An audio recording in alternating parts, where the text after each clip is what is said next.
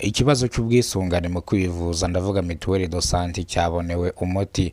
Ni ibyemezo by'inama y'abaminisitiri yabereye kuri Village Urugwiro ku biro bya nyakubahwa Perezida w'u Rwanda Paul Kagame, yanzura yuko ibijyanye n'ubwisungane mu kwivuza mituweli do sante byahinduka. Nk'umuturage wisanze mu cyiciro cya kane yari mu cyiciro cya kabiri, ibyo nta makosa yabayeho muri sisitemu. Kandi ikindi, Perezida w'u Rwanda Paul Kagame yasabye abayobozi babishinzwe ko ibingibi babikurikirana, ibyiciro bya mituweli bigasubira uko byari bimeze, kandi n'umuturage nawe bashyize mu cyiciro atagakwiye kuba arimo afite gahunda cyangwa agomba kujya gukosoza ibyiciro hakiri kare kugira ngo mituweli izajye gutangwa mu kwa munani, mu kwa karindwi umenye icyiciro urimo. Ni inama rero yabereye kuri Village Urugwiro iyobowe na Perezida w'u Rwanda Paul Kagame, biga ku bibazo bigiye bitandukanye iby'umutekano w'u Rwanda, ndetse biga no ku kibazo cy'ubwisungane mu kwivuza n'izamuka ry'ibiciro n'icyorezo gikomeje guhangayikisha isi cyitwa hanta virus. Iki cyorezo rero gikomeza guhangayikisha isi. Ibyemezo by'inama y'abaminisitiri bahereye ku iki cyorezo cyagaragaye mu gihugu cy'abaturanyi cya Kongo. Perezida w'u Rwanda Paul Kagame yongeye kugaruka ku kibazo cya virusi ihangayikishije isi yose.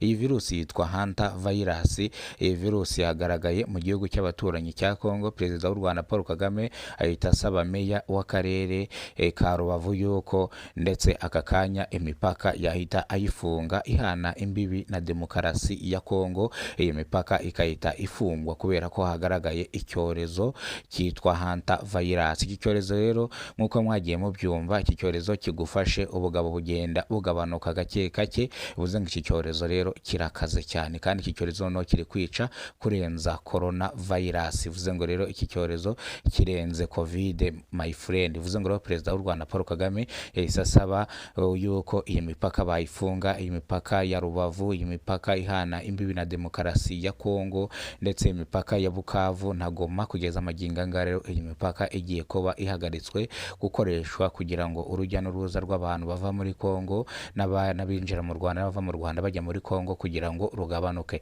Perezida w'u Rwanda rero yabivugiye mu byemezo by'inama y'abaminisitiri, avuga yuko iyi mipaka igiye kuba ifunze by'agateganyo mu gihe bari gukurikirana ikibazo cya kino cyorezo cyagaragaye mu iki gihugu cy'abaturanyi. Egiserensi Paul Kagame agaruka ku kibazo cy'ubwisungane mu kwivuza, asaba abashinzwe mituweli yuko ibi bintu byakosorwa bitewe n'ukuntu abaturage amaze iminsi ababona ku nkoranyambaga bavuga yuko bagiye kuzarembera mu rugo kubera yuko amafaranga y'ubwisungane mu kwivuza ari menshi, bityo batayabona. Ugasanga umuntu wishyuraga ibihumbi 3 agiye kwishyura ibihumbi 20. Kuko Perezida Paul Kagame nk'umuntu ushyira mu gaciro yabonye ko ibi ngibi byakozwe bitabanjwe kwigwaho, abasaba rero ko ibyiciro bisubiza uko byari bimeze kugira ngo hatazagira umuturage wiwe urembera mu rugo.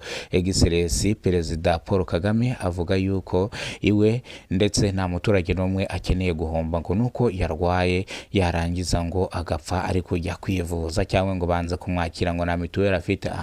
Ibi Perezida w'u Rwanda Paul Kagame ntago ababishaka, bashaka kumva umuturage we ameze neza agahora ku isonga. Perezida w'u Rwanda Paul Kagame yarangije kino kibazo avuga yuko ibi ngibi bigiye gushyirwa mu bikorwa, kandi umuturage wese washyizwe mu cyiciro adagakwiye kuba arimo none ahangaha najye ku kagari akosoze icyiciro asubira mu cyiciro yari arimo. Ngayo nguko ayo niyo magambo Perezida w'u Rwanda Paul Kagame yavuze mu byemezo by'inama y'abaminisitiri. Egiserensi Paul Kagame yongeye kugaruka ku bibazo by'umutekano n'ubundi biri hano muri demokarasi ya Kongo bikomeje gutitiza isi yose. Ni mu gihe Perezida w'u Rwanda Paul Kagame wari wamushinja yuko afite ingabo muri Kongo.